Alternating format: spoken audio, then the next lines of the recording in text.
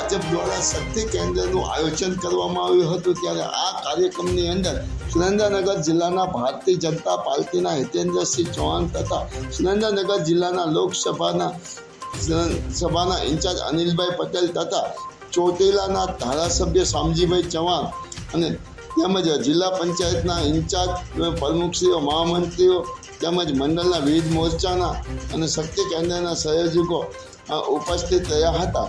પરંતુ સુરેન્દ્રનગર જિલ્લાના થાનગઢના મોરથર ગામમાં જ્યારે ભાજપ તાલુકા દ્વારા શક્તિ કેન્દ્રનું આયોજન કરાયું હતું ત્યારે ક્ષત્રિય સમાજ દ્વારા શક્તિ કેન્દ્રમાં કારા વાવતા પુરુષોત્તમ રૂપાલાના વિરોધમાં ફરકાવ્યા હતા અને પુરુષોત્તમ રૂપાલાના હાયના નારા લગાવવામાં આવ્યા હતા। ત્યારે થાનગઢ પોલીસ દ્વારા ક્ષત્રિય સમાજના 20 જેટલા લોકોની અટકાયત કરવામાં આવી હતી અને થાનગઢ પોલીસ સ્ટેશન ખાતે લઈ જવામાં આવ્યા હતા। જ્યારે ક્ષત્રિય સમાજના લોકોએ જણાવ્યું હતું કે જ્યારે પુરુષોત્તમ રૂપાલાની ટિકિટ કાપવામાં નહીં આવે ને જ્યાં સુધી પુરુષોત્તમ રૂપાલાને ઘર ભેગા નહીં કરવામાં આવે ત્યાં સુધી સુરેન્દ્રનગર જિલ્લાના થાનગઢ તાલુકામાં કોઈ પણ ગામોમાં કાર્યક્રમો થશે તો ભાજપની વિરોધમાં ક્ષત્રિય સમાજ દ્વારા ઉગ્ર વિરોધ કરવામાં આવશે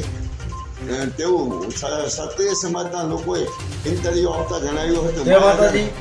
આજ રોજ થાનગઢ મોડોથરા મુકામે ભાજપનો શક્તિ કેન્દ્રનો કાર્યક્રમ હોય ત્યાં ક્ષત્રિય સમાજ દ્વારા પુરુષોત્તમ રૂપાલાનો વિરોધ કરવામાં આવ્યો છે અને જ્યાં સુધી પુરુષોત્તમ રૂપાલાની ટિકિટ કાપવામાં નહીં આવે ત્યાં સુધી થાનગઢના ફરતા કોઈ પણ ગામમાં ભાજપનો કાર્યક્રમ હશે તો ત્યાં ક્ષત્રિયો લોકશાહીની ઢબે વિરોધ પ્રદર્શન જરૂરથી જરૂર કરશે। અમારી એક જ માંગ છે, પુરુષોત્તમ રૂપાલાની ટિકિટ રદ કરો।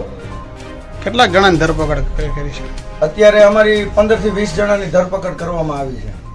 આગલો કોઈ કાર્યક્રમ? આગલો કાર્યક્રમ તો હવે જેમ અમારી સંકલન સમિતિ કે એ મુજબ।